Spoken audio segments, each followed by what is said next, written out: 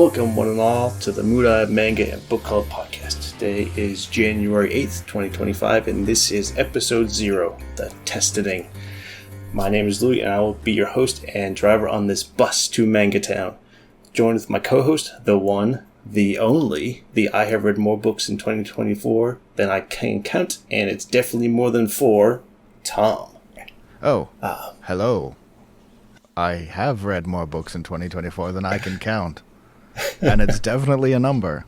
And I definitely know what it is. And I'm not stalling for time to look it up in my Excel spreadsheet because, yes, I made an Excel spreadsheet with that. It's 5. Perfect. Yeah, that's not true. Okay, so for anyone who doesn't know, the podcast, the way the format works is we're going to talk 3 main topics. The first, we're going to talk about what we've been doing, what we've been listening, what we've been up to. And then the next 2 are 2 main topics, one smaller than the other, typically a review, a discussion. So for this week, we're going to do a discussion topic first, which is why is Zelda Twilight Princess manga good? And then we're going to do a review of DanDaDan, the Turbo Granny arc. But first, we are going to see what we've been up to. So Tom, why don't you kick us off? What have you been up to that you feel like talking about right now? So me and my family had a trip because it was the Christmas to New Year's break, so we were driving a bit, but I got to read a lot because I didn't have to work. So to cover some of the highlights, I read all of Mashalaya of Magic and Muscle, Sasaki and Peeps 1, Full Clearing of the World of Galaxy Zero Believers, Laid Back Camp 3 and 4, and Chainsaw Man 1, Isak 1, Goodbye Eri. Those are most of the good ones and interesting ones, and half of them aren't very good. Chainsaw Man, kind of unimpressed with. Yeah. Goodbye Eri was pretty good. Goodbye Eri, which is by the same authors, kind of interesting. Mashley, not as great as it goes as I hoped, which I know you said too, but it's finished and it's still really good. And Sasaki and Peeps, we're going to do an episode on that already. Yeah, I'm not familiar with that one.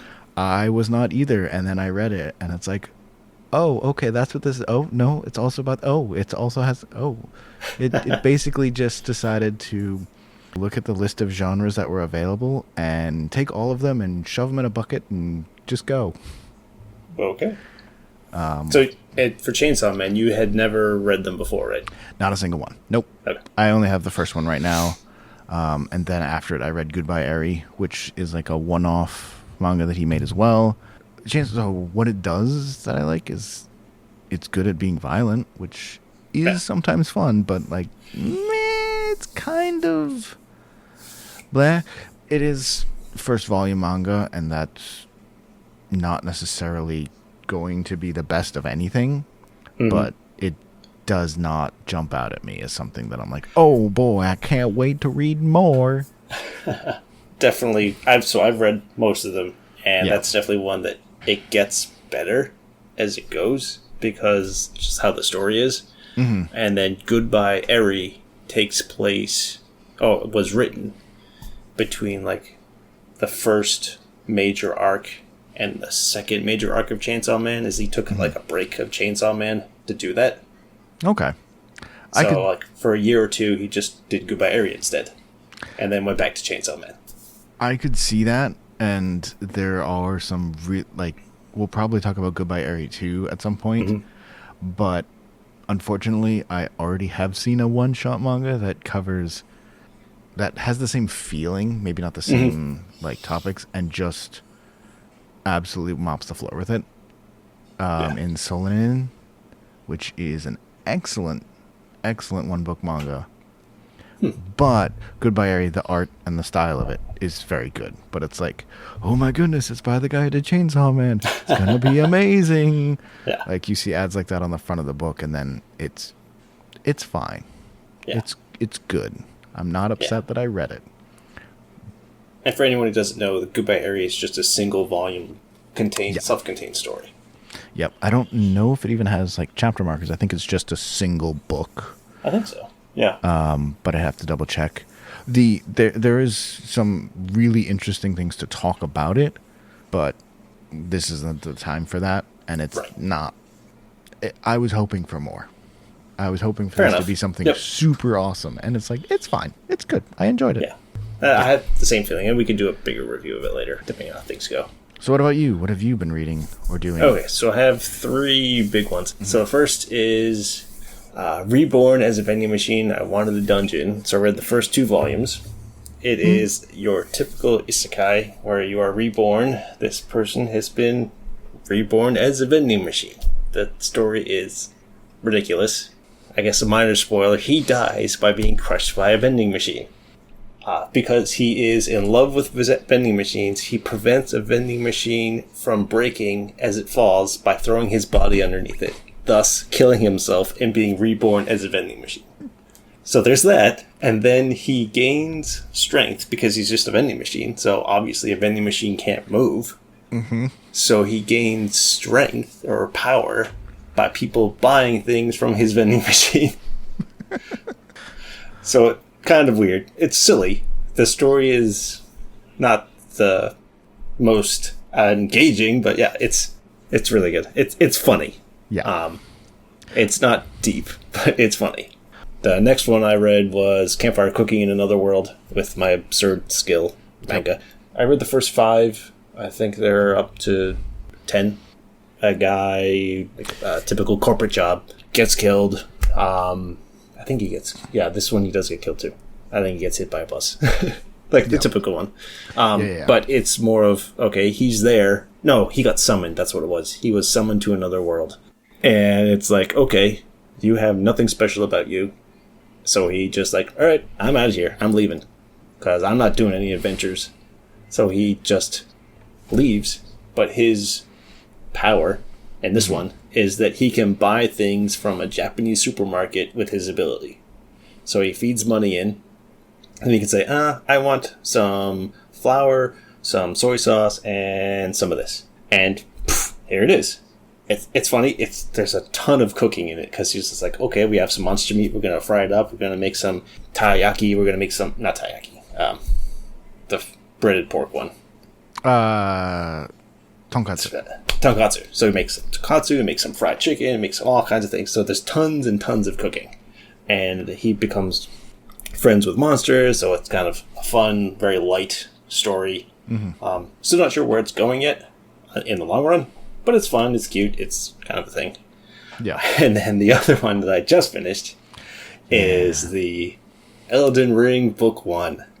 If you've played the game, this is a complete goof on... Well, not complete goof, but it is a super gag version of the Elden Ring where the main character is ridiculous. It's pretty much if you were playing it and then it's just the commentary of someone who's playing it. It's like, you're not explaining anything. What does this even mean? Where did these bottles come from?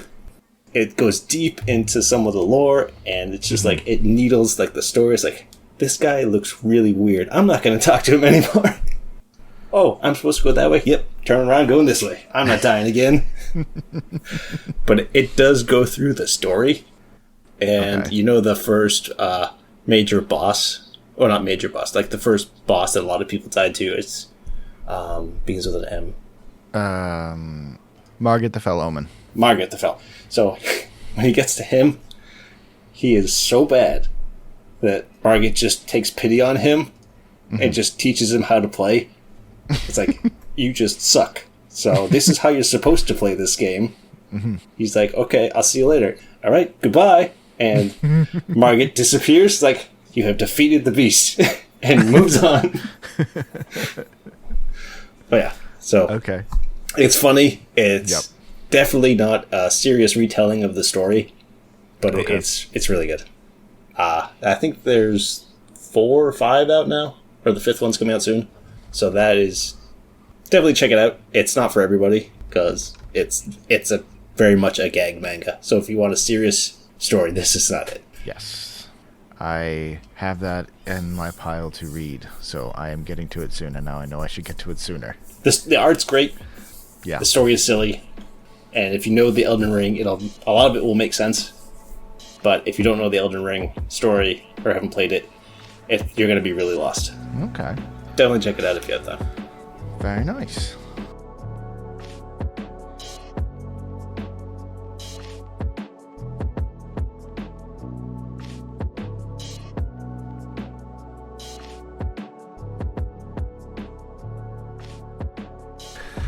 So with that, we're going to step into our first topic of today. Our small topic today shall be the Zelda Twilight Princess manga, volumes 1 and 2. Yeah, I'm not going to do that voice all the time. Ugh. When I picked this up at the library... Oh, by the way, good point for everyone out there who's reading it who may not want to buy 500 books all at once, like a smart person who's not me. Check your local libraries, because Japanese manga and other graphic novels are getting really popular in libraries. So you can get a lot of books for free, especially if you don't intend to keep them. We live in a pretty small town, and I know at least one of them, one of the local towns, their library has like a few hundred books that you could borrow. You're not going to always be able to pick what you want, but you'll usually find the most popular stuff. A lot of libraries also work with other local libraries, and you can borrow books from a number of libraries from just one. Definitely take a look into that. If you need something to read and you don't want to spend a lot of money, it's a good place to start. That's good advice. But anyway, I was there. This was a couple of weeks ago now. Just finished reading most of Shangri-La Frontier, reading a bunch of other things at the time, and I saw Twilight Princess has a 11-volume comic series just on the bookshelf at the library. Yeah, sure. I'm not borrowing anything. Let me just borrow the first 2 volumes of it. And it's really good. Like, it's not great. If I was gonna describe it, it's probably like, I was talking about Chainsaw Man 1, not super great.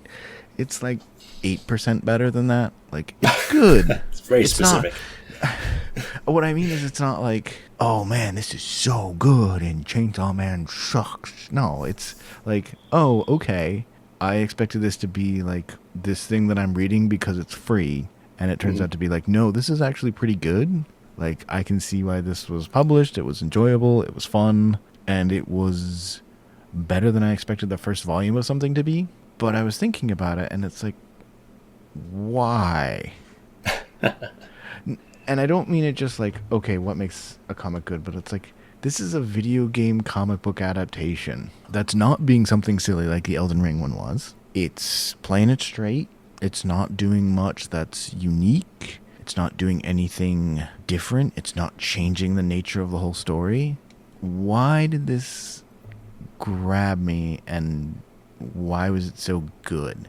Okay, let me ask you something. Okay. Did you play the game? I have not played Twilight Princess. I have seen multiple full Let's Plays, both serious and non-serious, and speedruns, and story analysis. Because, of course, if you watch a lot of random YouTube for a while, you'll get to Twilight Princess. But I have never actually played it, and I don't want to. I have no interest in playing it. So, go ahead. From that, do you think that if you haven't played it and you don't know anything about it? Oh, I know a lot about it. No, but if someone didn't know anything about it, would this still be something that would draw people in? So what I would say is this. If you want to play Zelda Twilight Princess because you want to play all the Zelda games, play the game over reading the books. Because you're playing it for the game. If you're going to pick a single Zelda game and play that, or instead of playing Twilight Princess, you're going to read this one manga, do neither. Go pick one of the other ones. They're both a lot better. And if you're going in to experience the story, you should pick a different one from Twilight Princess. However, as someone who didn't play Twilight Princess but knows the whole narrative and has seen the whole narrative, and then reread it as the comic book, the manga simply does it better. Every step of the way so far. That's where it's getting to be. Why is this something interesting? What makes this comic book tell the story of a game better than the game itself? Okay. So I sat down to think about it for more than 5 minutes.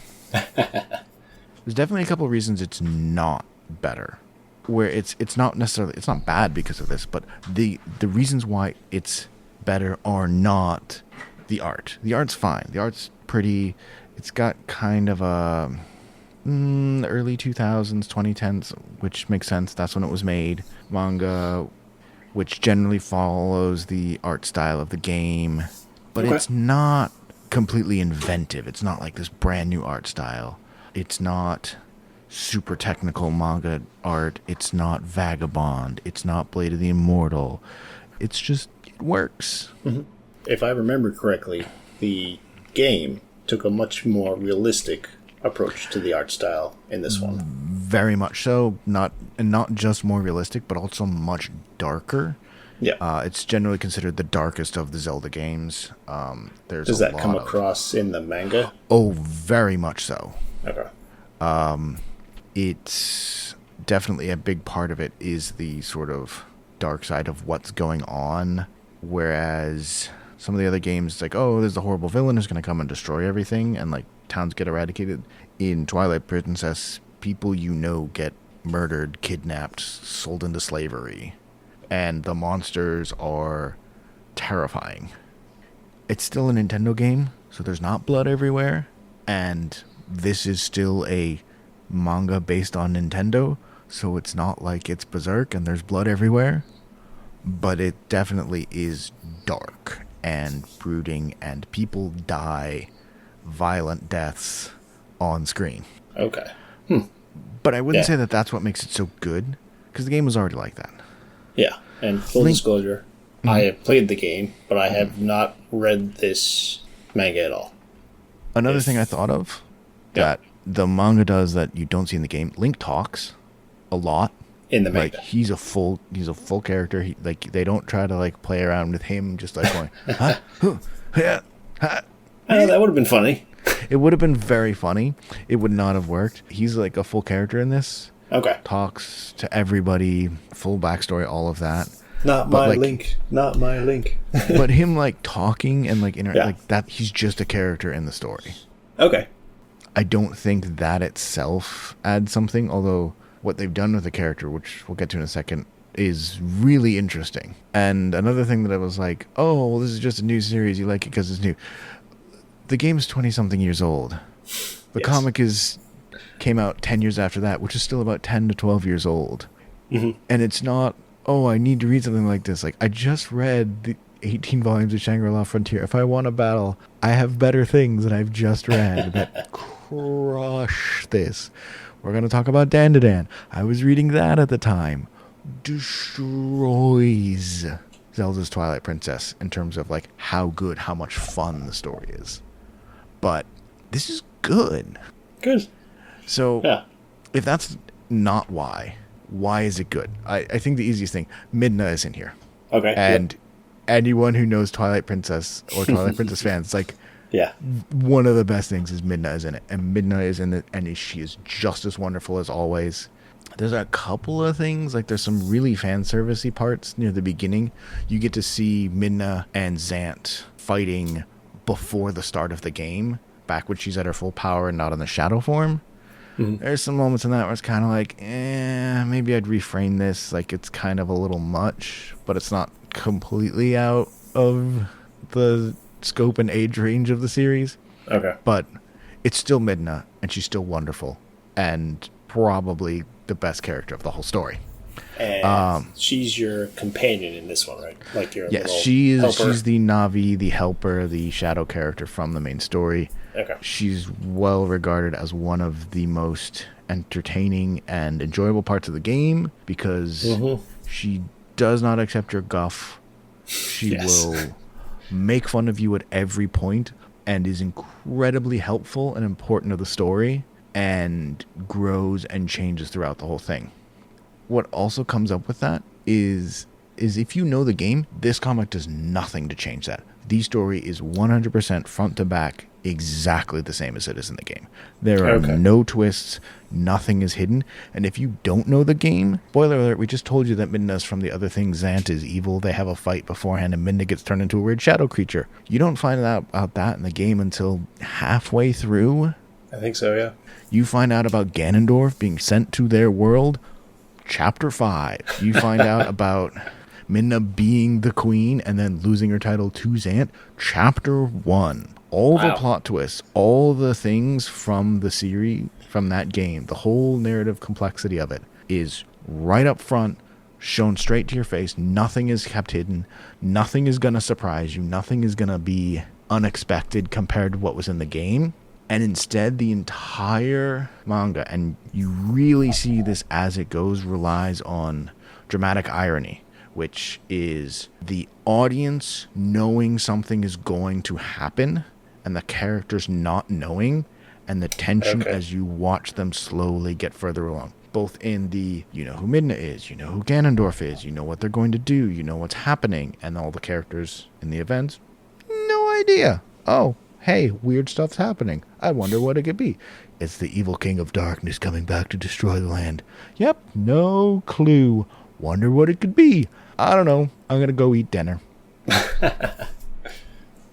The invasion of the town from the beginning of the game, you see that start to happen in like halfway through book 1, and it doesn't happen until like the beginning of book 2. They just keep going, oh, they're getting closer. Oh, they're getting closer. They're gonna get here soon. Everyone's about to die. But it does it in a way where it's, you know this is coming, and you're seeing everything get set up, but you're never able to forget that everything is about to go wrong. And that really does the plot justice in a different way. If they're not going to try and twist things, if they're not going to try and surprise you, they're just going to make every single moment as intense and meaningful as possible. Okay. So they kind of removed any surprise that was really coming and just said, we're just going to make them all over the top and go from there. Okay. Yeah, absolutely. Every moment you know what's going to happen. You maybe don't know like the exact details, but it's like, oh, the bad guys are about to attack and the good guys are not prepared. And so a lot of them are probably going to get hurt or killed. There's never a moment where, if you know the game, you know exactly what's happening. And it doesn't try to trick you. It plays 100% to what few strengths the story had and goes all in on them. The characters as well is probably its other biggest strength. Every single character in that game gets their own moment to shine in this comic. It's amazing for a game that runs 20 to 30 hours and has like, I don't know, 40, 50 characters. In the first 2 books, everybody from the hometown, you see them, you learn their name, you get to spend time with them, you get to see them interact with Link, have them be a character, do things. I mean, there's a lot of really tiny side characters. The goat herder guy, you don't really talk to him much, but you see him. The person who runs the shop, you see her. Some of the other villagers, you see them in the attack. You don't really get to meet them, but they're there. They're people. They have enough of a moment to be someone. And a lot of people who you, like, Russell, who was defending the town in the beginning, who, when you become a wolf, you steal a sword and go off to save the day. He is a major character in the whole first 2 volumes, constantly talking with Link about things that have happened and trying to convince him to help protect the town. Not knowing everyone was about to die. The kids, Colin, Talo, Ilya, every one of them get their own time to be front and center in the beginning and get to be part of the show. This cast that existed and was sort of there, hey, you should care about them. The manga really takes its time to make sure you do care about them. You see how they interact with Link, and that interaction with Link shows off who they are just as much. And Link is also somebody here. Yeah, how do they treat Link in this? Because in the game, you just play him and he doesn't really say anything. So is he kind of a person, or is it just kind of like a story piece that moves around? He very much is. He's probably the most fleshed out Link of the entire series of the games, like more than any other one in the series. Obviously, he's talking. He has a full character. He has this sense of he likes the kids. He likes the village. He's trying to take care of them. He does not want to fight. He does not want to get involved in protecting the village, but he's really good at it. Probably the only actual plot twist / change to the story, because I don't know if this was brought up in Twilight Princess or not. Link used to be a guard in another town, and at one point during the attack, he tells Russell what happened, where he was a guard in a city. He ended up pulling on this magic sword, which then caused something weird to happen, and the entire town was destroyed. And so he went wandering for about 6 months and just wandered into the village and just like collapsed there and just stayed. He didn't lose his memories. He still remembers everything he did, and he's terrified he's going to kill everyone. Okay, and they're able to get that across in the manga a lot better than they can in the game. Yeah, you get a very deep sense of him as someone who can fight, but is terrified of what he's seen and that he won't be able to save people. It comes across really well. It makes a very different Link. Someone who's both talented, but is doing everything he can to stay away from this. Until it's forced upon him. So before, it sounded like he's more the reluctant hero. But based on what you just said, he's more the tortured hero, where he was trying to help before, did something that destroyed his previous town, and he's trying desperately not to have that happen again. Yeah. Which is really hard to get across in a game where the character doesn't talk. Yeah, very much so. And I don't even know if that even comes up in Twilight Princess. It's been a while. Yeah. Yeah, if he even has a backstory, if it's just he happened to be the only one who was spiritually strong enough because of the Triforce that he didn't become nothing, but instead became the wolf. Mm-hmm. The other things that are really good about it, the fights are really good. They're quick, they're sharp. The boss battle against Diababa at the end of Book 2 is like 6 pages, but it is a heck of a fight. He shows up, he gets attacked by it, he tries to dodge it. Just brutal, short, bloody fight, and then it's over. And it moves on immediately. It does not waste time. It just comes in, has something happen, and then it moves on. It's 2 books in, and it's gotten past the first dungeon. Out of about 11 books, that's probably about as long as it should take. It sounds about right, yeah. So, because it was originally a video game, do they do anything that says, he holds it up to the camera, or there's like a little thing that says this is from a video game, or if you pick this up and didn't know that it was a video game already, would you get any inclination that this wasn't a story already? They do the complete opposite. The Woodfall Temple is about 2 chapters long. The first dungeon, you barely see it, but you see enough that you don't really care about that. The other thing that you don't recognize at first, but as you keep reading it, you realize they've done so well, is they recognize that they're a comic book, and they're just telling the story as a comic book. So all those sort of very gamified moments and things that you would expect during gameplay, they remove them. They don't do it. Oh, mini boss and you get the boomerang? Like, no, he just finds the boomerang. The mini boss is part of the Diababa fight. Interesting. All the dungeon things that happen and all the things using the boomerang don't happen. He doesn't get the boomerang until seconds before the boss fight. Oh, wow. Okay. Because that's not what's important. What's important is he's going to the temple. He's finding these things, he's beating them, and he's completing it. And he's getting through alive. So they went from a very action-oriented game to more character-focused, where there is the action, but it's very much how he interacts with the characters, how he interacts with the dungeon. It's not, you're going to explore this dungeon for 2 hours. Yeah, it took exactly what it could make more dramatic, more entertaining as a comic book, and focused on that. Everything else, it throws away. We're not going to deal with this. And if it can keep doing that, I think this is going to be really good. You get to see Zant, you get to see the King Bokoblin have character, say what they're going to do, and then do it, and feel them being like actual villains, doing something that causes the pain and suffering that everybody goes through. Assuming it can keep doing that and keep up this pace in 11 volumes, I think it's going to be really good. If it starts slowing down or rushing, that's going to be a problem. I also think if it can hold this level of detail and just focus on the things that are best as a comic, that'll keep it being really good. The only 2 things I'm really worried about is, first, at some point the battles do have to get to be something. The Diababa fight is great in 6 to 8 pages. It's a fantastic, quick little fight. But at some point, if Link is going to be the Master Swordsman who wields the Master Sword and fights off Ganondorf and Zant and all that, the battles need to become something more. And I don't know how well they're going to be able to do that. If they can do it well, that will make it great. Zant, Also, as someone who has seen the story, he's kind of a shit villain.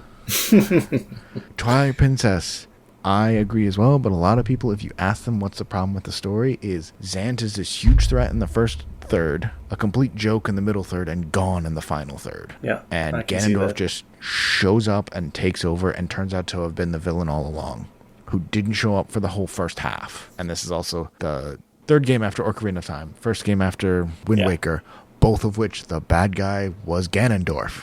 Yeah. It's been done better in here, but Zant needs to be better presented and more consistent than he was in the game. Now, the game was also apparently rushed, but this comic had 10 years with the source material, so if they fuck it up, then I'm going to stop reading. Given what they've done so far, I think they'll do a good job, but so far they haven't really changed anything. If they change nothing, though, I would still consider that a failure. But interesting. It seems like they're willing to change stuff. So do they, if I remember correctly, in the game he gets wolf powers. Do they show him getting that, or as far as you've read so far? Same process for that. They get wolf powers. They meet the guardian spirit of the spring in their town. The bug catching to get the tears, again, massively cut down. Okay. But it's there. But the conversation with Midna and Link when he first becomes a wolf and decides to help is expanded. Okay. The whole battle of the town is expanded. That same process of they found the things where watching the interaction would be fun because you're reading a book. And they expanded them. And they took all the gameplay things that are fun to play, but they're not fun to watch, and cut them down to the narrowest amount that they could. That sounds good. Or remove them entirely. Because if I remember correctly, in the game, you also, to get stronger, you have to duel someone. You duel against the Bokoblin King. Yeah, to get better powers. Yes, when you fight against the skeleton. Yeah, and he teaches you new moves and things like that. Has that come up yet? If I remember the game properly, which I'm pretty sure I did, that does not happen until after the first dungeon. Okay. So I believe it will come up, because I think I've seen a picture of him in one of the promotional things, coming next volume or something, but I haven't actually reached that point yet. Because those were some tricky fights sometimes to try to learn. Like the final moves, it's like, okay, you have to really understand how this fight's going to work. So it'd be interesting if they make the action scenes like even more technical and crazy as it goes on, as Link becomes better as a swordsman and gets more items and things like that. Because you can beat a lot of these enemies with the boomerang, with bombs, with their sword, with all kinds of things. So I wonder if they play it very straight-laced, like he's going to defeat everyone with a sword, or like it's not supposed to be a gag manga, so he's not going to do cheese strats to kind of defeat enemies, probably. Yeah. But it would be interesting to see. That's another good point, is I'm curious how they're going to deal with some of the things like the spinner and the iron boots and things like that, where it's not really that interesting. I mean, the spinner is awesome, but they didn't use it that well in the game. But that's complaints about the game. Putting that aside, there could be some interesting things on it, but considering how little they used the boomerang so far, and it was more of a sense of this is an item with a spirit within it that will help you, and they'll only use it in combat when they want to solve combat with that. I don't think a lot of those will come up. I think the spinner will come up for like 2 or 3 chapters, and then the rest of the, like in the games, it'll just go away. But I don't think that'll be so bad. Because it's like, oh, this will help you get through here. I see. Okay. It is entirely available in English, and this is the last series that the 2 authors who made this, this is actually their last Legend of Zelda series, because they did all of them. Oh, really? For a while. They stopped. I believe this was the last one that they made, and the other ones were much shorter, like they did like the original Legend of Zelda 2, Link's Awakening, Link to the Past. Okay. But those were generally 1 or 2 books. Okay, so very short stories. But they did one, and then they did the next game, and then they did the next game, and then they did the next game. So it was like a series, but they did each game, and they skipped over Twilight Princess. And then several years later, they came back, and they did this Twilight Princess one. Like a big version. Yeah. Okay. So have they made recent ones of the more recent games, or is Twilight Princess the last one, and they haven't done anything It's the last one they have done. Okay. Yes. And it's by Akira Himekawa, which both is and is not their name because it's actually a pen name of two people working together. I don't have their actual names, but they've done a number of Zelda ones. The Twilight Princess one is the longest series they've done. And I believe it's the last Zelda that they did. I don't know if they've done any of the Zelda games that would have come after it. They might have done Skyward Sword, but I don't know for sure. Okay. The other series was a made-for-kids manga, and the Twilight Princess one was explicitly the next level up in Japan. Here it's teen-rated, so I don't remember the exact ratings from manga there, but they were... The reason they didn't do it the first time was Twilight Princess is dark. People get murdered. Yeah, that is true. This was specifically made older. Okay. Well, it sounds interesting. I definitely liked the game. I thought it was fun. So I'll definitely check it out. No idea that they made this. Exactly the same thing. I just happened to see it on the bookshelf. I'm like, oh, that's interesting. Yeah, sure. It's free. Yeah, and typically I have like game to comic. It's like, this is probably not going to be great, but it sounds like it's not bad.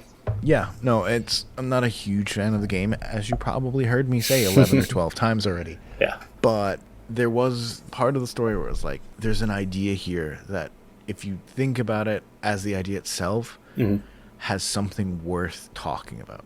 And it's the thing that I hope the most for this manga is that as it goes on, it fixes the flaws that the story had in the game. And they're getting a second crack at the story, and they can actually make it as cool as the idea itself was that we just didn't get. And everything I've seen so far, they're doing a really good job of it. If they can keep that up for 9 more books, there we go. All right, I will check it out.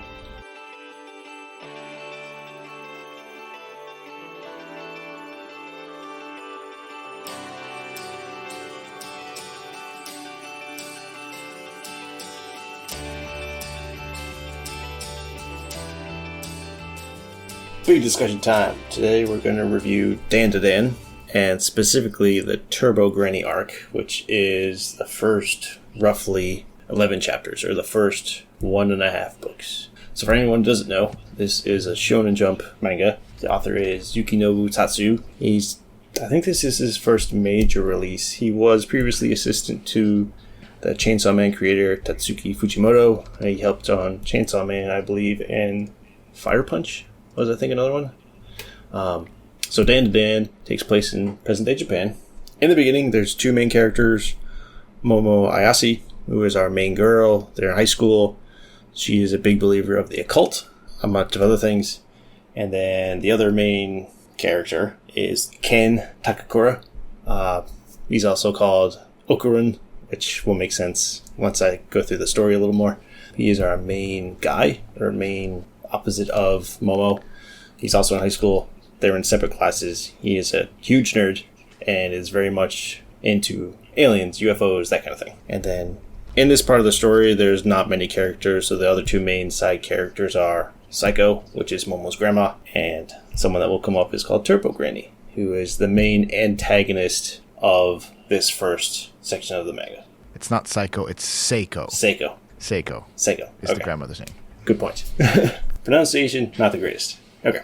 So, the Turbo Granny arc, as I said, first 1.5 books. So, we'll go through a bit of a summary, what happens, and then we'll kind of do our discussion, because it's supposed to be a review. Very beginning, Momo breaks up with her boyfriend. She has a thing for tough actors, and the main person that she really wants all of her boyfriends to be is someone like Ken Takakura, which I did not understand this when I first read it, but he is a brooding, tough, stoic actor in Japan from, I believe, the 1950s until the early 2000s. He is the tough character that you see in a lot of movies. He played Gogol 13 in the Gogol 13 movie in the 1970s. He is the epitome of the tough guy. I had no idea when I first read this. I had to look it up. He gives off a very James Bond kind of actor. Yeah. Cool, collected, will absolutely crack your head open just looking at you sternly. But not the suave kind, it's the tough kind. Yes. Less of the suave and more of the brutal. Yeah. But that's also exactly the kind of character that Golgo 13 is. And, I mean, obviously, he was not just that. He acted for 40 or 50 years. So he's known for a lot of other things. But Golgo 13 it's the same as, who was the original James Bond again? Why can't I remember his name? Sean Connery? Sean Connery. It's like Sean Connery. Sean Connery did a lot of things, and not all of them were being the brutal spy guy. Right. But you know him from James Bond. You know him from The Hunt for Red October. You know him for Escape from Alcatraz. Not because those were his best movies, but those were the movies where it was like, oh, it's a Sean Connery movie. Exactly. And Momo wants someone who is like that. That's who she wants her boyfriend to be. And current boyfriend is not. So they break up. So she's all distraught. Oh. And then we go over to our other main character, Ken. Nerd, being picked on in his classroom. Everyone's making fun of him. She comes in, sits down, gives everyone the, hey, stop it, go away. Looks at what he's doing. It's like, well, I'm like aliens. Gets up and leaves. She says, aliens aren't a thing. He's like, okay, that's not true. Aliens are a super thing. So I show all my alien stuff. I am going to make you believe in aliens. And she's like, man, aliens aren't real. The occult, that's where things are at. So, and he's like, the occult, that's not a thing either. Because they're so antagonistic with each other, they say, okay, I have a deal for you. You do this to show me that aliens aren't real, and I'll do that to show you the occult isn't real. So Momo goes to an abandoned building. Ken goes to an abandoned tunnel. In this is where our real, I guess not enemies, but where our real plot starts to take off. So they're both in these opposite locations, talking to each other on the phone. It's like, this is kind of scary, but nothing's happening. And then Ken turns around, and there's this old woman standing right behind him. And he freaks out, takes off. And the idea is that if you run from Turbo Granny and you lose, you get cursed. And you see Ken run, Granny catches him, and back to Momo. Momo is in this abandoned building, suddenly walking. It's like, okay, it's kind of scary. It's like trying to get Ken on the phone. What's going on? And then suddenly, bright lights everywhere. She is captured by these crazy-looking guys. It's kind of hard to explain. They're kind of... imagine everyone looks the same, but all their proportions are wrong. They're dressed in tie. They have really giant heads. And it's like, okay, these are the Serpoians. Serpoians. I believe it's Serpoians? Serpoians. They're an alien race. They have one form that they look like really interesting-looking people. But they all look the same. So their issue is, because everyone looks the same, their race isn't evolving anymore. So they capture Momo. It's like, okay, we're going to use you to make sure that our species keeps going. So then all of a sudden, as they're about to take her away, Momo's phone rings. It's like, what? Oh, that's very... What's the like, that's very inconvenient. So they pick up the phone and bam, Ken jumps right out of the phone, cursed completely as Turbo Granny, and starts fighting everyone and ripping them apart. And during this time, they have Momo just locked on a table with psychic abilities or psychic powers. And they're holding her, and they're like, okay, well, we have to deal with Ken now. So they split up, and one goes after Ken, and they're holding Momo down. But by doing this, because Momo has been so involved with the occult, she's like, okay, it awakens in her psychic powers. And when that happens, she blasts the other Serpoians away. A crazy fight scene. And then, as she's doing that, Ken is taking out other ones. And then Ken looks at her, still cursed, still nuts, crazy design. And they start going at it. And then she is able to pull back the curse and turn him back to normal. But when that happens, as this is all going on, the spaceship, which is still there because they are at the abandoned building, starts exploding. Everyone loses all their clothes. Everything gets destroyed. They're just finally free, and they're walking home. It's like, okay, here you go. You can have my coat since it's cold out and all that stuff. She's still holding his curse at bay. They're walking away. And then she's like, oh, I always called you a Kultskun because you're just super... Because it was kind of a dig on him. So, because I'm bad with names, what's your name? And this is when she finds out that his name is Ken Takakura. When that happens, whole 2-page spread, I believe, of her just, you see her heart flutter. And that is just the end of chapter 1. Yeah, by the way, I think we need to tell you something. We both think that this is one of the best series that have ever been written. Yeah. It's pretty fucking awesome. Yeah. It's probably one of the best manga that either of us have read in our lives. It's definitely in the top 20. It's just really fucking good. Yeah. That was chapter 1. That was just chapter 1. It's not even a ridiculously long chapter, just that so much gets packed into it. The art is amazing, and everything is dynamic, and all of that happened in the first chapter. Yeah. And I that's another thing that, because of the nature of the show, we will talk about it and we'll say it. You need to go and see this because the character design for the aliens, for the yokai, for everyone is so complex and entertaining and not necessarily intricate, but the design is this really crazy fusion of all these different ideas that makes every single character, every enemy, every monster stand out. It's really fucking good. Yeah. If you haven't caught on, we really like it. Also, because he's not going to bring it up, but I will, they are trying to steal the reproductive organs, and they use this by using their reproductive tool, which is literally a giant robot arm that comes out of their crotch. Yes. Random hypersexualized stuff comes up a lot in this. Yep. In some of the crudest and funniest ways. Because I believe... If you don't like that, I don't care. Yeah. It's not done to be crass. It's done like one-off jokes every now and then. Because I believe the Turbo Granny, her thing is like, I want to gobble your schlong. And she just says it just, what? Where did that come from? And it's like, okay, that's it's done to be crass, but it's never totally explicit. Right. And if you do actually look, so for the aliens, it's kind of like, the whole point is they're clones, so they're getting alternate DNA to keep their species from dying out. If you look at actual historical Japanese yokai, there's a lot of way crazier sex shit involved in it. Yes. A lot. So it's toned down here, but it's not taken out.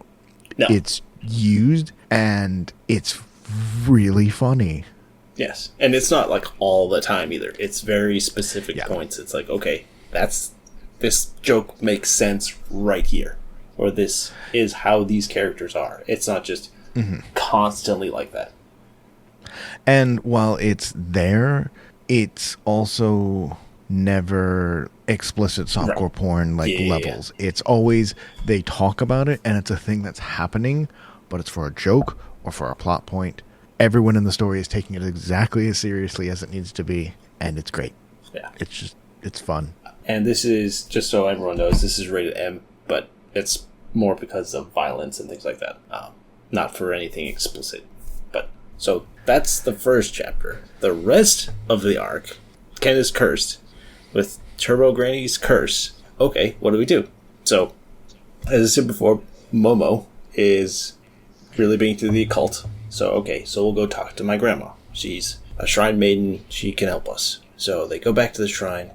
As soon as they walk into the shrine, Ken bursts into flames. It's like, evil spirit, get out of here. So they take out these charms. Okay, you can come in now. Alright, so they go in. Grandma's not home. They're just, okay, we're looking around. It's like, something seems weird. Someone's at the door when there shouldn't be anyone at the door. So they go, they look. Huge eyes are peeking in the door because they took down the charms that prevent evil spirits from coming in.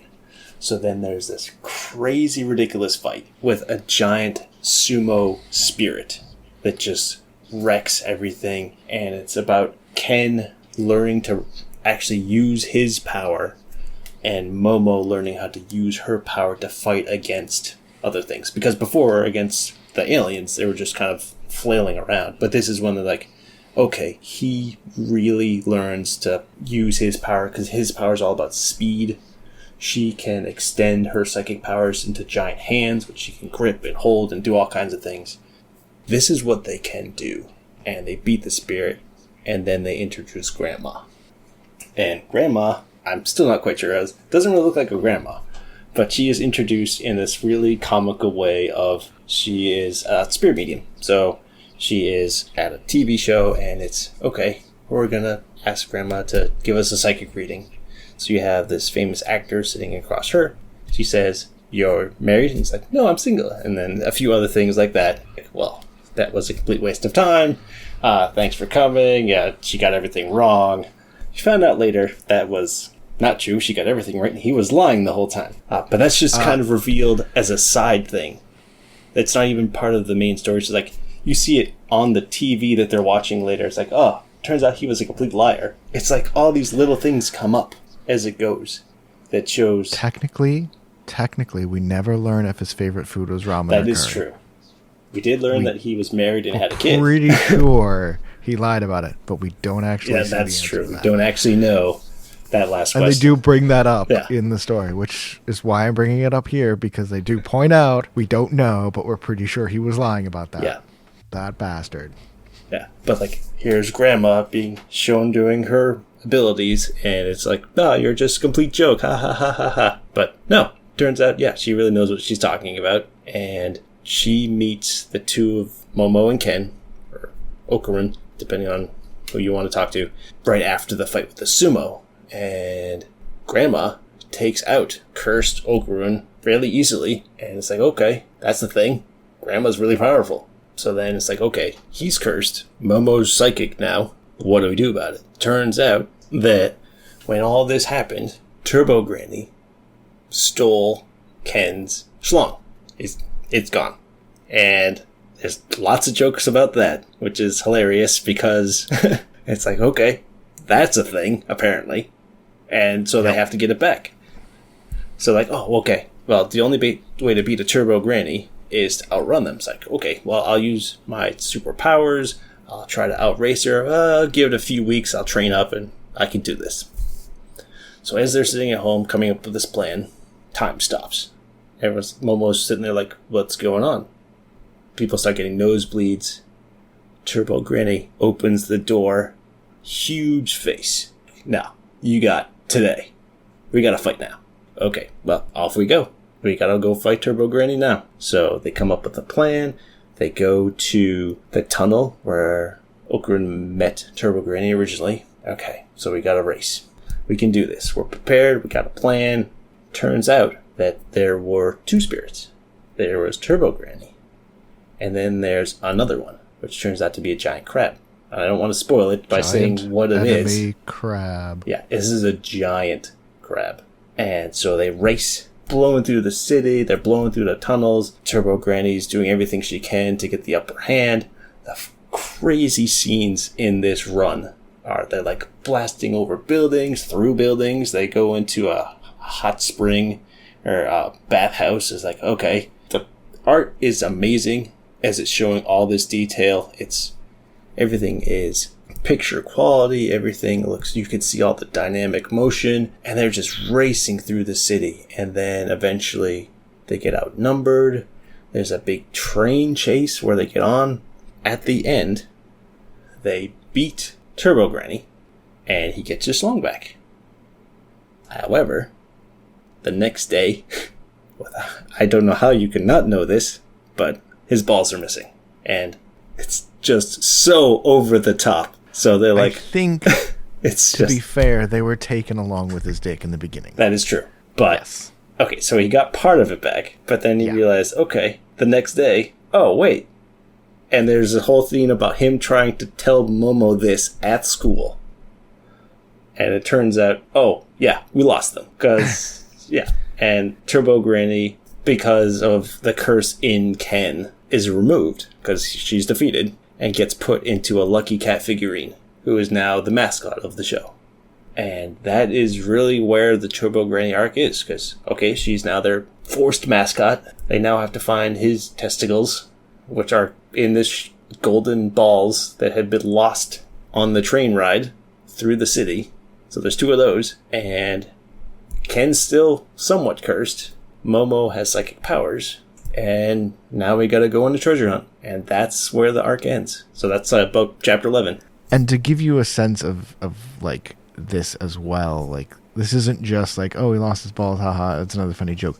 No, this is the main plot thread for the next, as far as I know, 10, 12 volumes, possibly the entire rest of the series, is them trying to get Okarun's balls back because they are super magic powered because of his body and because of the fact that they're that part of your body, like your spirit is collected there. And Turbo Granny stole them and had them taken from her and lost to other spirits and things around in the area. And that should give you a sense of what this series is like. And it's so hilarious and funny.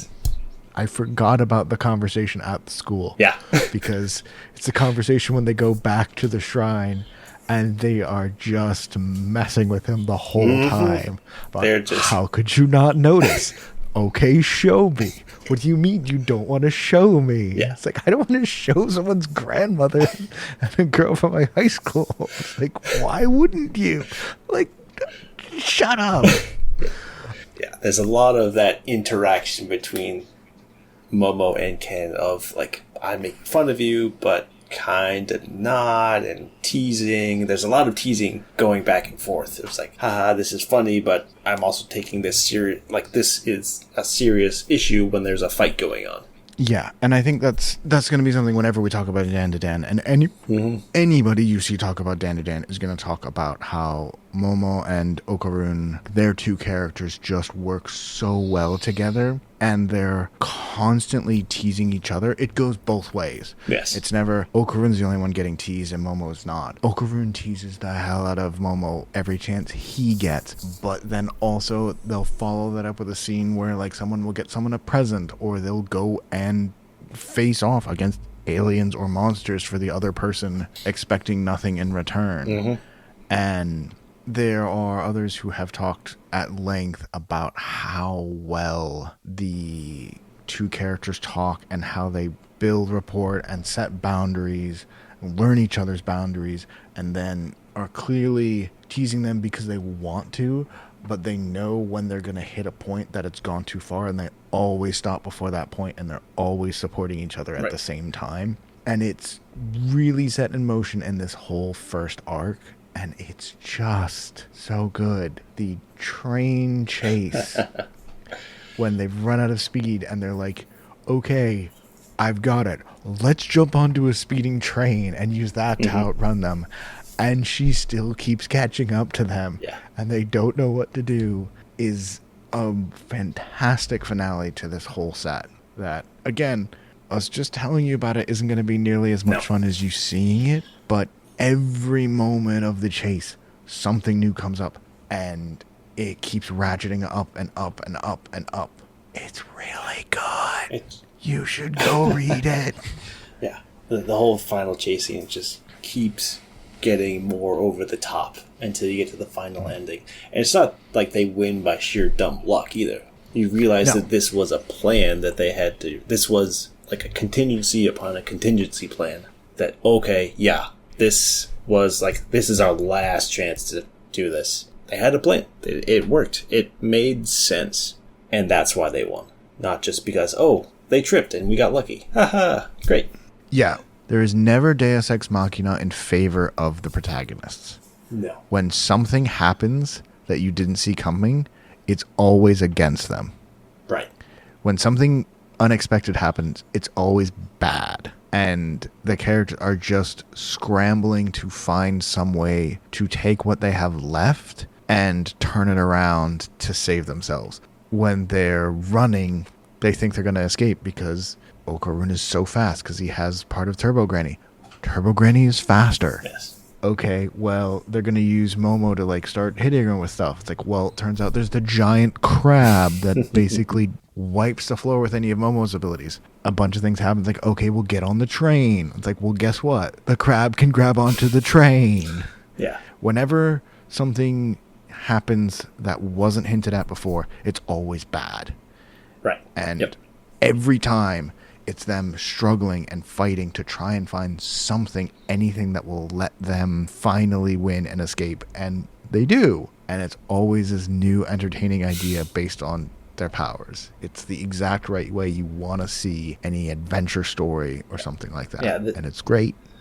Yeah, this isn't we win because we're stronger. We won because we had a plan. Plan didn't work. Came up with a new plan, and whoa, it worked this time, so we won. It's a we outsmarted you, not we were just bigger and stronger, which is really good to see. Or we didn't outsmart you, but we overpowered you despite you being stronger than us every step of the way. At the final moment, we found a way to take what we had, which wasn't as much, and force multiply it to the point that we're able to overcome what you're doing here. Because I wouldn't exactly call all of the chase scene, oh yeah, we had a plan. Well, that's true. The chase scene is a little chaotic. What are we going to do? Oh no, help. Okay, we'll do this. Oh no, they're still catching up. They went to the bathhouse. Like, there was a reason for that. Yes, you cook crab in hot water, so obviously that made sense. It just didn't work as well as they thought it would. Yeah. But it still worked, just not enough.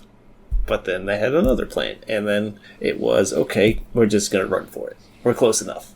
Yeah. The only thing I'm still struggling to understand is, what do the random people on the street see? I believe they show some of that in the Turbo Granny fight, where you see Okarun and Momo early on when, like, he's carrying her, or it might be one of the later ones. They're bolting down the street, and people can see them and see them running super fast. And then the crab runs through, but it's a spiritual presence. So even though it's running through and, like, kicking up all this dust and doing stuff, like, to everybody else, nothing is happening. I don't know if in that series of scenes it's shown in the manga, but I believe there's one where it flips back and forth between what normal people see and what Momo and Okarun see, and it's literally, for the yokai, nothing is happening except for them, for their version of the world. Like, they see the things that it's doing, and then with the aliens, they just sort of make pocket dimensions. Yes, that is true. Which comes up later, but when it's the yokai, it's literally nobody else sees anything. They do see Momo and Okarun running around like crazy. Yes. And it's weird, but that's it. Yeah. But, like, you see building explode, everyone's like, what just happened? No one sees the giant crab. So yeah, it's amazing. I really like it. So let me ask you this on this, because we did spend a long time covering it. What do you think about that first chapter? Was there anything in that should not have been there? Was there anything that came up later in the arc that should have been in that first chapter? Like, tell me your thoughts on it. So I like the first chapter because it very much is a self-contained story. You could have ended it right after the first one, right after he revealed his name is Kentaka, and just said, all right, that's it. I'm done. That was all I needed. That was a complete story. It's like, okay, the heroes won, off they went. It's always one of those things, if you have a story and you just want more. You want to know more about the aliens. You want to know more about Turbo Granny. How those interactions are is like, that really tells you where these characters came from. You could have built in more, but I don't think you could do that in this kind of format without just making this a really long first chapter. If it had all just ended at that point on the end of chapter 1, would you have called it DanDaDan? Of course you were going to say that. You're welcome. Yeah, thank you. And yes. No, I agree 100%. There's so much crammed into that first chapter. It almost feels like too much, but it's not. Everything here is set up, because that first chapter is just, they each claim the other person is wrong, and the things that they believe are real. They each go to the other person's thing, find out they're both real, and barely escape. Yeah. And that's what the first chapter is. It's just so long and so crazy because everything is crammed in. Yeah. It's a very dense first chapter, but it's never failing to explain anything. Nothing's ever glossed over, and it's never dragging on, which is very, very hard to balance. Right. I could see if they had a much longer idea and just said, we're just going to cut everything, any part of it that doesn't push the story along. Mm-hmm. All of that extra bits, extra fat in the story itself is cut out, and it's just a tiny, self-contained, as tight as we can get it chapter. And that's what you get when you read the first book. Yeah. And you had said it where it's like, oh, they could have just stopped there and it would be over. And that's true. It would. But it also ends with clearly a lot of things to follow up with. Right. Nothing is solved. You could have ended it there, but you could list 100 things, which is what the whole series is, where after that first chapter, okay, what happens next with this and this and this and this other third thing. And it's not until Seiko, the grandmother, is really introduced where you step away from what's happening in the moment for even a second. Yep. And it's like, oh, okay, we're going to watch the TV interview. Oh, we're going to hear about this.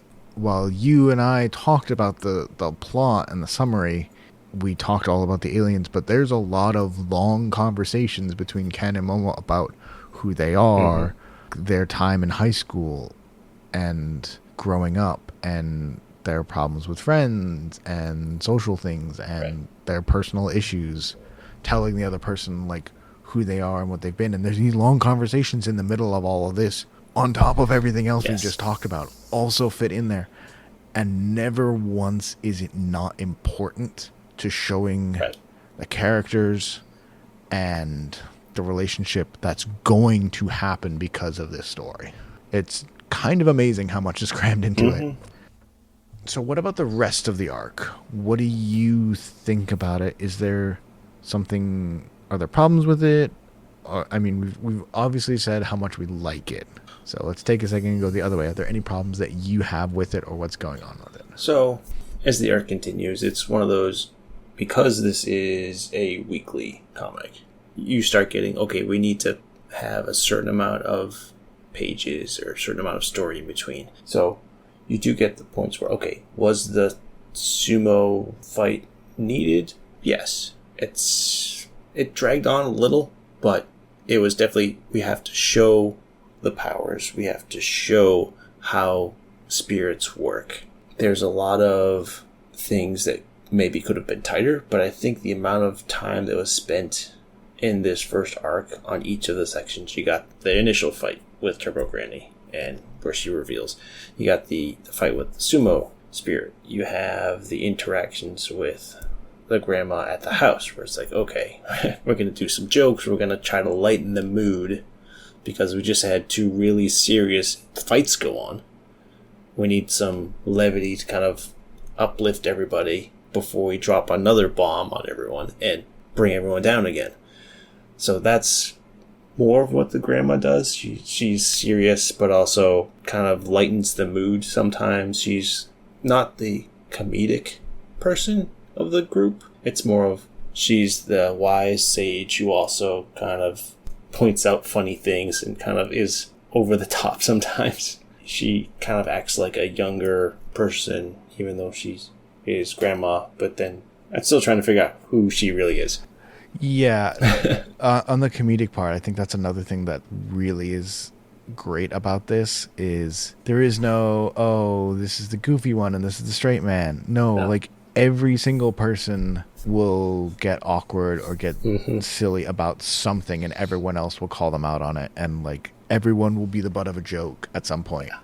Except for maybe the grandmother. I don't like, she'll do something ridiculous. Yes. But Okarun gets made fun of for a while, and then Momo gets made fun of for a while, and then it goes back, and then it goes forth, and then the other characters come in and they make fun of them for a while, and it's like everyone is funny, and the humor is really a huge part of this. Yeah, because you could have definitely done this as a very serious, we're fighting aliens, we're fighting spirits, we're getting stronger, but the amount of just hilarious situations that they also get into, because Ken is embarrassed because he's a young boy, he likes Momo, his first friend and things like that. And he gets, as all guys in high school, they get easily embarrassed when a girl talks to them. But then on Momo's side, she is so obsessed with the actor Ken that anyone who mentions his name, she just loses it. And it's hilarious because that's Ken's name, it just happens randomly. Yeah, it's another great character point of like, my name's Ken Decker. It's like, okay, your name is Ogre now. We're not going to talk about what your actual name is for the rest of the series. Yeah, you do not have that name. Your name is this now. I think you've gone past me, but I'm at book 10. His name, like, when he gets introduced to other people, she, like, tries to override it and just say his name is Ocarin instead. Like, she won't let him even introduce himself properly. Nope. It's so funny. Yeah, it hasn't changed. It comes up less and less often because the characters are more well established in the later chapters. Yeah. But it's very much, that's still there. Yeah, it's a great book. So if you ever read it, if you ever get a chance, check it out. The first major arc is like the first book and a half. So it's not that long. Again, like, there might be something coming up where we know where we're going to talk about this. We both know that we absolutely adore this series. Yes. We have both been reading it and talking about it a lot. Yeah. It is absolutely excellent.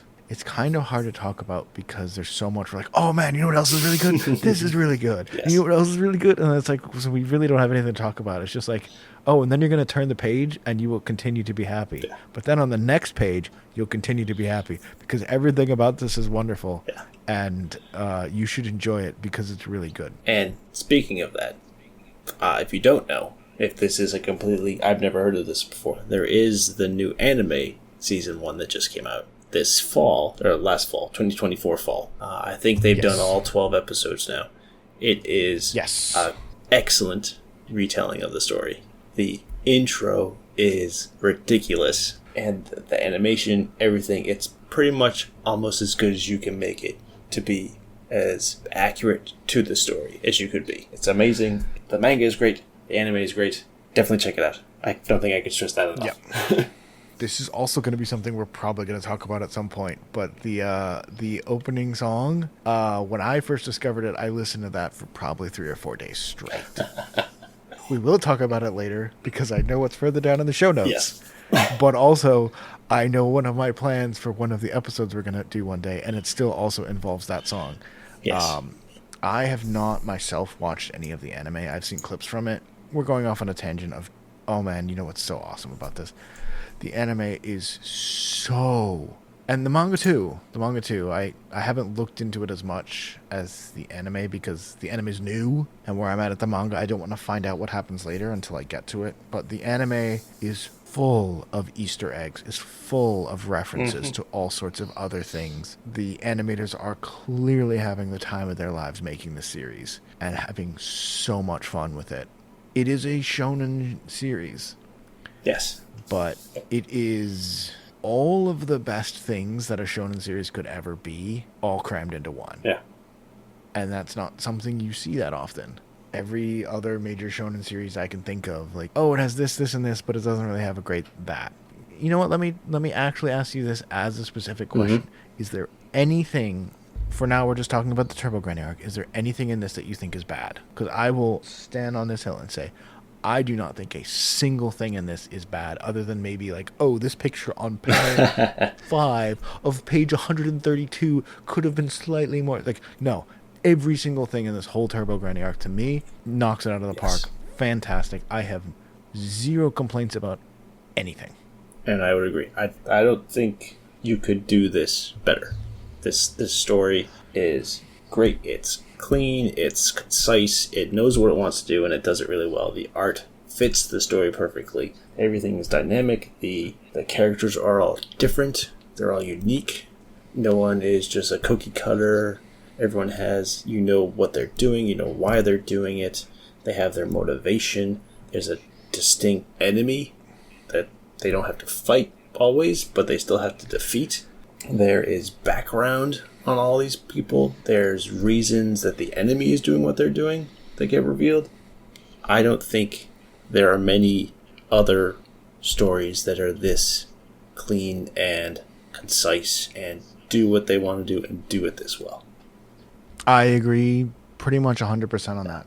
The only thing I could think of and it bothered me for about 5 seconds, and then I realized I was being dumb, and it's become one of the things I love. And it's something I couldn't see a lot of people bothering them, is the crassness of the humor does get to be a lot. True. As you heard, the first chapter is about a group of aliens kidnapping a young woman to steal her vagina, and a ghost granny that wants to steal a boy's dick. Like, there is that. That never goes away. And I could see that bothering people at a certain point. True. But two things that I will say. One, it's fucking hilarious how they do it. Yes.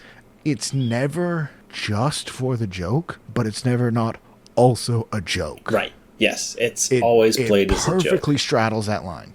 And two, we're both American. America doesn't like talking about sex in a series in certain ways. Like, there's things that is okay, there's things where it's not okay. Japan is very different, and this is very much how culture in Japan will talk about this more. Not always to this degree, not always this goofily, not always this funny, not always this much, but this isn't the craziest thing for them to talk about in a comic book for teenagers. I could see somebody not liking that part of it. Mm-hmm. Yep. If you really, truly don't, you need to get over it, because the rest of it's so good. It's so good. Yeah. Like, okay, if this was like Super HXers, where it's like people become Power Rangers by like really wanting to have sex but not actually having sex. And so, like, a guy lives with a bunch of girls and, like, all the kinds of crazy... Like, okay, I could get it. But for DanDaDan, just get over it. Just accept it, because it's so good. Yeah. And it's not constant. It happens every now and then. So yeah, it's part of the reason why these things are happening. But even when the rest of the series is about getting his testicles back, like... Yes. It's not like, oh, the next one comes out, it's like, aha, I have your testicles. It's like, no, that's not what happens. They just start fighting something. Yeah. And like every time the Serpoians come back, yeah, they're still trying to steal people's DNA, and they're still talking about banana organs. Yes. They're also trying to murder you. It's okay. Like, it's part of the plot, but it's never the only thing. Just get over it, because it's such a worthwhile series. Yeah. But that's the only thing. Personally, I think this is probably one of the best book and a halves I've ever seen from a Shonen Jump series. Yeah. For like a starting book. Right. This is a very good intro story for a series. Yeah. So definitely read it. I highly recommend it. And so we're going to talk about how great this series is compared to all of the other series that we've ever read on another episode, because that is where we're going to call it for today. So thank you all for listening to the show. If you want to follow us along, you can follow us on Blue Sky at Mudai Manga Book Club. If you have any questions, comments, you want to rant to us about how much you think the boy's dick should be called the banana organ instead of the woman's vagina, you could also email us at budaimangabookclub@gmail.com, and I'm going to make my brother answer all of those, because I find that hilarious, because I know how much he loves talking about that. But no, any questions, any comments, anything you want to let us know about the show. This is our first episode. We're testing this out. If you have things that you want us to do more of or do less of, we'd love to hear it. We'd love to hear from you all. We're going to go at this and see what we can do. Mm-hmm. Do you have a recommendation for people for this week? Something that people should check out? Yeah, so besides DanDaDan, which you should definitely check out, and besides Twilight Princess, which I will plan to check out, one other one that we may talk about eventually is Coppersmith Bride. Definitely one that kind of goes under the radar. Definitely a bit different from DanDaDan and Twilight Princess, but it's really good. It's a very down-to-earth, slice-of-life kind of story, and I recommend that one as well. So we'll talk about it eventually. As for me, go to YouTube and go listen to Bling Bang Bang Born and Otonoke by Creepy Nuts. Those are the two anime openings. The second one, Otonoke, for DanDaDan, and the first one, Bling Bang Bang Born. It is born, not bong. I keep hearing it as bong, but it's born. It's born, yes. Yes. That is the opening for Mashle of Magic and Muscles. Yes. Both of those animes came out this year. Both of them were made by the same duo, Creepy Nuts.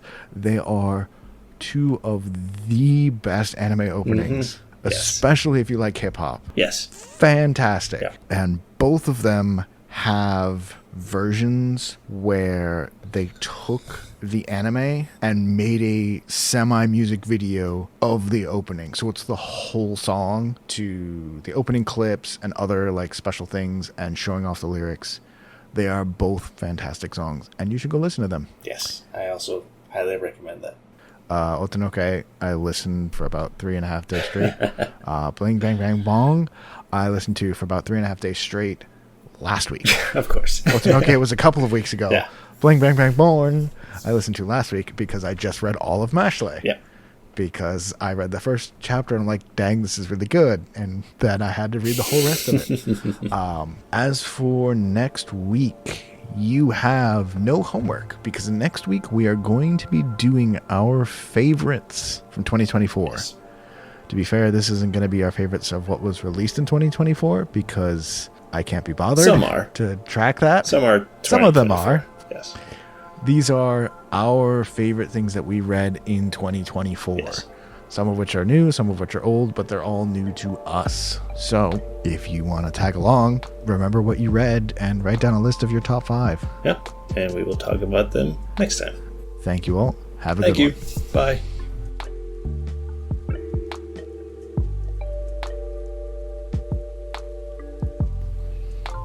Bye.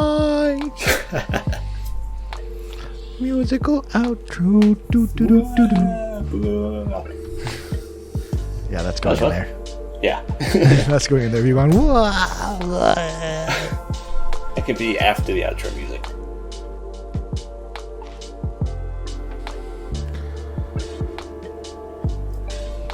Musical interlude.